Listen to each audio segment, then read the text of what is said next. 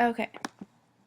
Hi, so I'm Raina Rooney, and I created a health promotion program called Get Energy Without the Can, and it's going to focus on reducing energy drink consumption among high school students.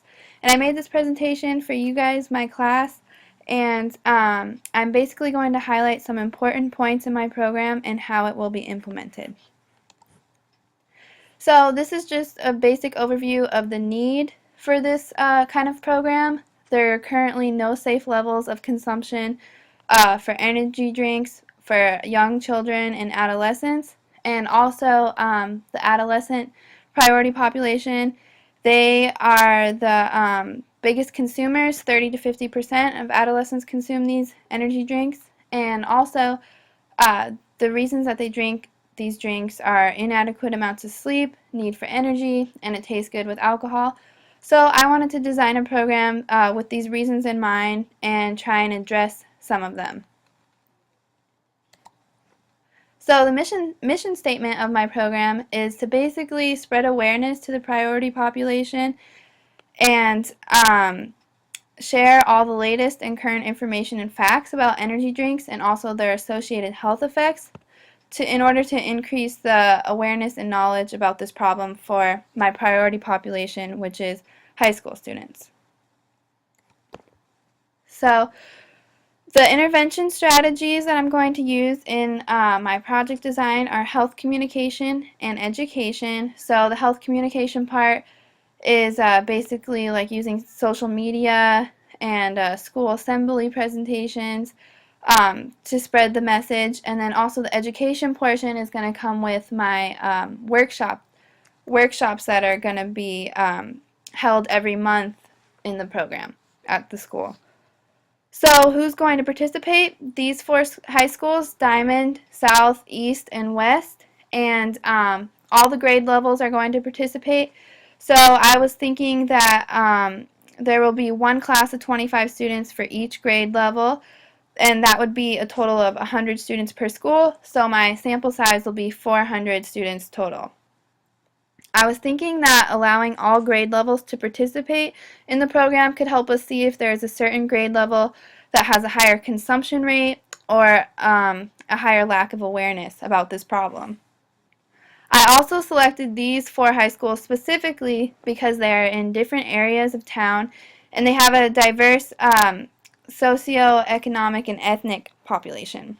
So with these diverse populations of students, we could possibly identify what type of demographics within the high school student population consume these drinks the most. So the workshops are the main focus of my program.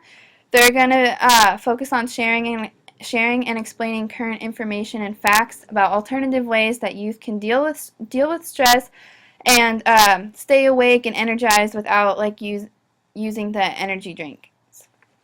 So during the first week of the month, there will be 2 workshop sessions that will highlight a risk associated with consuming energy drinks, something like how do large amounts of caffeine or sugar affect the body, and then an activity that demonstrates alternative to drinking an energy drink, like sleeping or exercising, and specific foods that can increase your energy.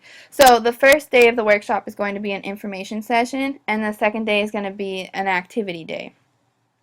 So the first workshop day will mostly, like I said, be an info session that has a health educator or a teacher lecturing and distributing printed materials on that month's topic. This information is important to include because it gives the students resources that they can not only use to learn about the health effects that they may be experiencing from energy drink consumption, but also how they could benefit their overall health in general.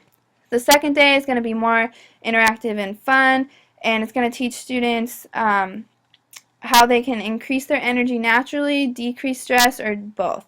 So an example of an activity could be that students bring in a certain food or wear active attire to participate in a physical activity.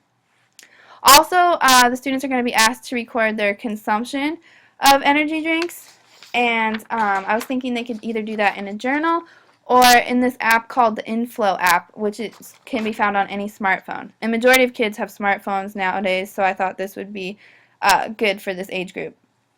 So the Inflow app, it checks with you multiple times a day to get a mood and emotional state update. It also allows you to write with this journal entry about your current mood. So teens are sometimes really busy and forgetful, and there's a reminder feature on this app that'll ask them, how are you feeling, what have you done today, kind of thing. And this might prompt them to write down, oh yeah, I just consumed an energy drink. And so when they write down these entries, they're also going to be encouraged to reflect on whether they have substituted and used one of the natural energy techniques that they learned in a workshop instead of drinking an energy drink. This app can also produce a graph that shows mood fluctuations over a period of time, which is kind of cool. The student can visually see like how their moods might be affected by energy drink consumption. Alright, and so maintaining participation and engagement in the program. Since the workshops are only happening once a month for 2 days, I figured there needs to be some sort of reminder about the program to keep them engaged. So I was thinking there could be announcements on the school intercom, there'll be Facebook, Twitter, and other social media posts that could be monitored and maintained by the student government or athletic council. There'll also be contests on social media. So students can post on the pages that the student groups have made, like discussing any activities that they learned at a workshop, like showing themselves participating in one of the workshop activities that they learned. There also could be a monthly competition between the grade levels and like who consumes the least amount of energy drinks, and the winning grade level can get the privilege of picking a school dance theme or leading an assembly. Alright, the partnerships, of course, is going to be Anchorage School District. This program can't happen without them. There's also going to be health professionals involved from Providence, Alaska Regional, Department of Health and Social Services, and I thought the Natural Health Center, because we're looking at alternative ways to get energized. I think this is a good perspective to include. Also, UAA grad students from the dietetics and nutrition programs, since food can also be a good natural energy source, I think they could be beneficial in planning and contributing to this program.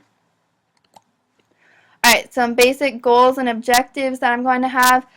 Obviously, reduce the overall consumption. I want to empower the student population on how they can take care of their bodies and maintain good health. Increase the overall awareness about the negative health effects. A recent CDC report said that 20% of teenagers who consume energy drinks, they believe that they're safe, so they're not even aware of the health effects that come with these drinks. Also, minimize energy drink advertising, so take down any posters related to Red Bull or Rockstar.